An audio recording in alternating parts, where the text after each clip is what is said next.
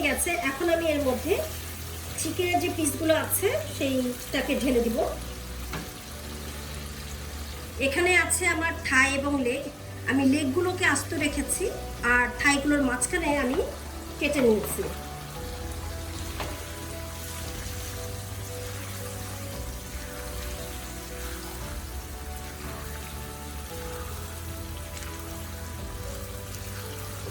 চিকেনটাকে ভালো করে নেড়ে চেড়ে মশলার মধ্যে যেন সবগুলো চিকেনের সাথে মশলাগুলো ভালো করে লেগে যায়, তারপর আমি আবার ঢেকে দেব।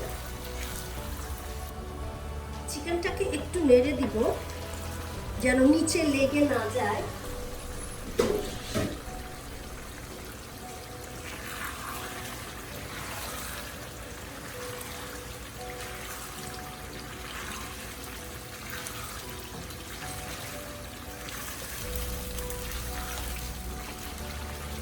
এই মিডিয়াম হার্ড চিকেন কিন্তু খুব তাড়াতাড়ি রান্না হয়ে যায়। তো এখন আমি এর মধ্যে অ্যাড করব একটু গরম মশলার গুঁড়া আর একটু কাসুরি মেথি, হাফ চা চামচ গরম মশলার গুঁড়া, একটু কাসুরি মেথি এখানে নিয়েছি, এটাকে আমি 2 হাতে একটু ডলে দিব।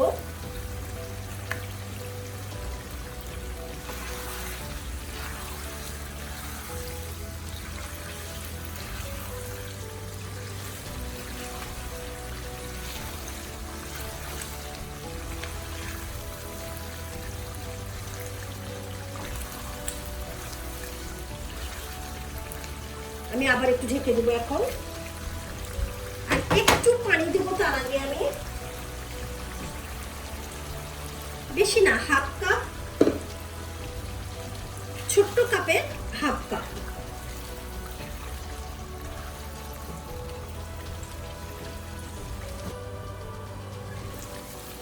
চিকেনটাকে একটু নেড়ে দেবো।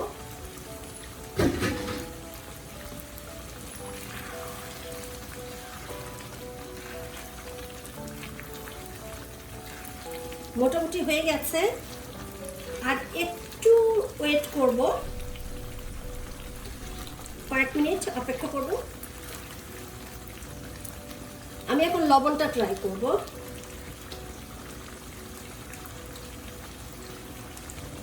একটু লবণ লাগবে, একটু লবণ ছিটিয়ে দিচ্ছি।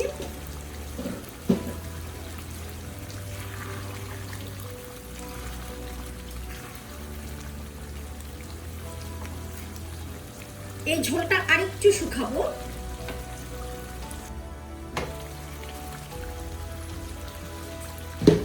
চিকেন রান্না শেষ, আমি চুলাটা বন্ধ করে দিলাম।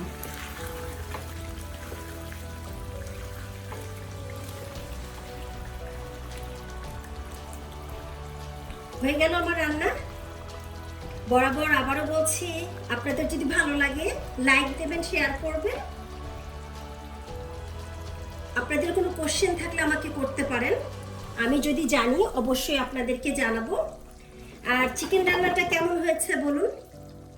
দেখতে কিন্তু অসাধারণ লাগছে, গন্ধ স্বাদেও কিন্তু ভালো লাগছে, কারণ আমি একটু লবণ ট্রাই করেছি, তখন আমি কিছুটা বোঝা যায় লবণের সময়ও।